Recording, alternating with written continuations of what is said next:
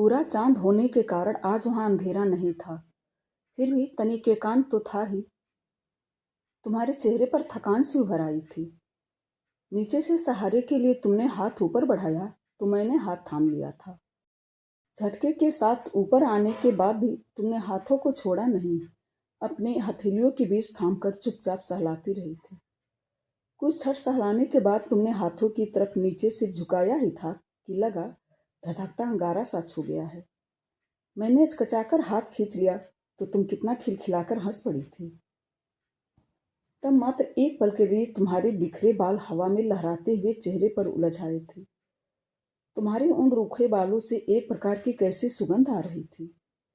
सारे रास्ते भर वह सुगंध मेरे चारों ओर महकती रही। हॉस्टल के अधिकांश कमरों की बत्ती बुझ चुकी थी। वक्त शायद अधिक हो गया था। चौकीदार लालटेन थामे वार्डन की खोई गाय ढूंढ रहा था, अकेला, हाथ में मोटा डंडा लिए पागलों जैसा लग रहा था। जीवाण बाथरूम से आता हुआ अपनी अंगुली भर की टार्च मेरे हाथ में थमाकर पता नहीं कहाँ अंतर ध्यान हो गया था। कुछ पल धोबी घाट की चौकियों के पास खड़ा रहकर मैं कमरे की ओर बढ़ा। दरवाजे पर बाहर से ताला नहीं था, भीतर गहन अंधेरा।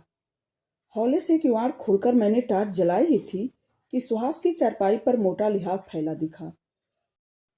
मैं स्विच की तरफ अभी बढ़ ही रहा था कि चारपाई के पांवों की तरफ लिहाफ से बाहर आए दो छोटे पांव दिखे।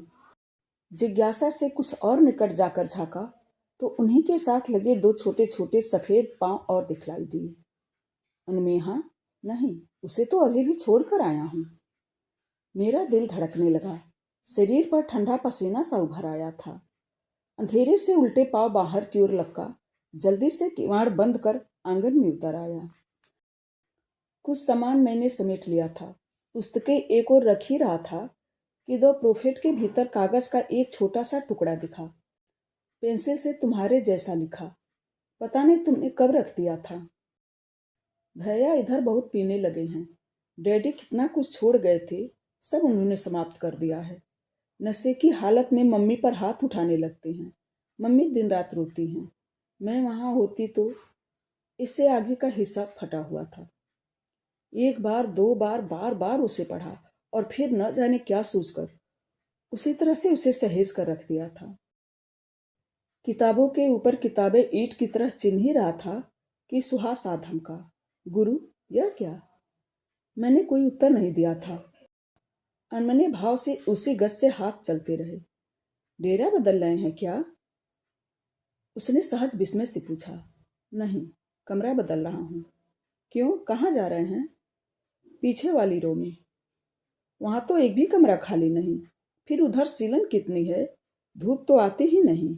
हाँ, इससे अधिक मैंने कुछ नहीं कहा था। बाएं किनारे का एक कमरा अरसे से खाली था।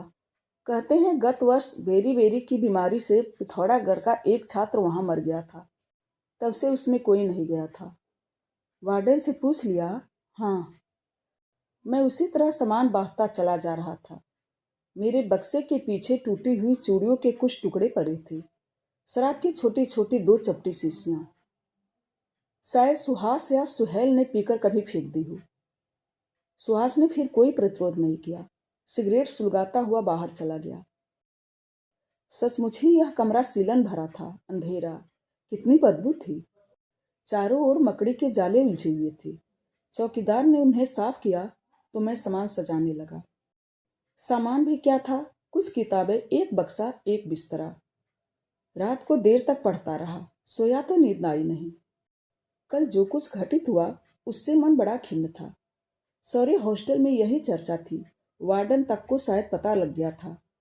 इसीलिए जब कमरा बदलने की बात कही तो वार्डन ने आपत्ति नहीं की कि प्रथम वर्ष के छात्र को अकेला कमरा नहीं दिया जा सकता। जंगल में घास काटने तथा लकड़ियां तोड़ने वालियों के साथ उसके कई किस्से प्रचलित थे। कॉलेज की लड़कियां छेड़ने में भी वह काफी यश अर्जित कर चुका था। मैंने एक दिन तुमसे जिक्र किया तो देर तक मुंह भींचकर हंसती रही थी। मुझसे एक दिन कहता था, तुमने कहा, मेहा चल तुझे तैरना सिखला दूं। मुझे तैरने का शौक नहीं। मैंने कहा, तो जानते हो क्या कहने लगा? सीखोगी तो शौक अपने आप पैदा हो जाएगा। तू यहीं जमीन पर सीधे लेट जा और मछली की तरह हाथ पांव हिला। मेरे मना करने पर वह मुंह फाड़कर हंसने लगा। तू तो निरी निरी बुद्धू है, जीवन में कुछ नहीं कर सकेगी। कुछ रुककर वह फिर बोला, अच्छा तू इधर आ, अपनी आंटी के पिंजरे में से एक खरगोश बाहर निकालकर छोड़ दे, फिर तुम और हम दोनों मिलकर झाड़ियों में उसे खोजेंगे। सच बड़ा मजा आएगा। नहीं नहीं, मैंने सिर हिला दिया तो जोकरे की तरह अजीब सा लंबूतरा मुंह बनाकर छींकता हुआ चला गया। आप ताज्जुब करेंगे, उस दिन अंकल और आंटी घर पर नहीं थी। इसने नई नौकरानी को बहकाकर सचमुच में एक छोटा सा खरगोश भगा दिया था और उसके साथ साथ सारा दिन झाड़ियों में भटकता रहा था। कहते कहते तुम हंसने लगी थी। घर के पास बाड़े में ही क्यों नहीं छोड़ा? मेहमान जो आए थे, एकांत कैसे होता? तुम शर्माकर फिर हंस पड़ी थी।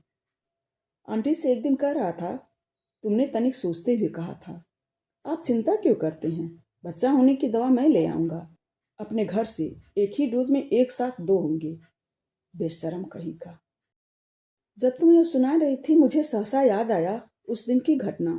डॉक्टर दत्ता शायद नैनीताल से बाहर गए थे। मैं एक दिन शाम को किसी जरूरी काम से ब्लू कॉटेज आया था, तुमसे कुछ कहना था। बैठक वाले कमरे में भीतर जा ही रहा था कि तुम्हारे नन्हे से नौकर ने दरवाजे पर रोक दिया था। भीतर जाने के लिए मैम साहब ने मना किया है।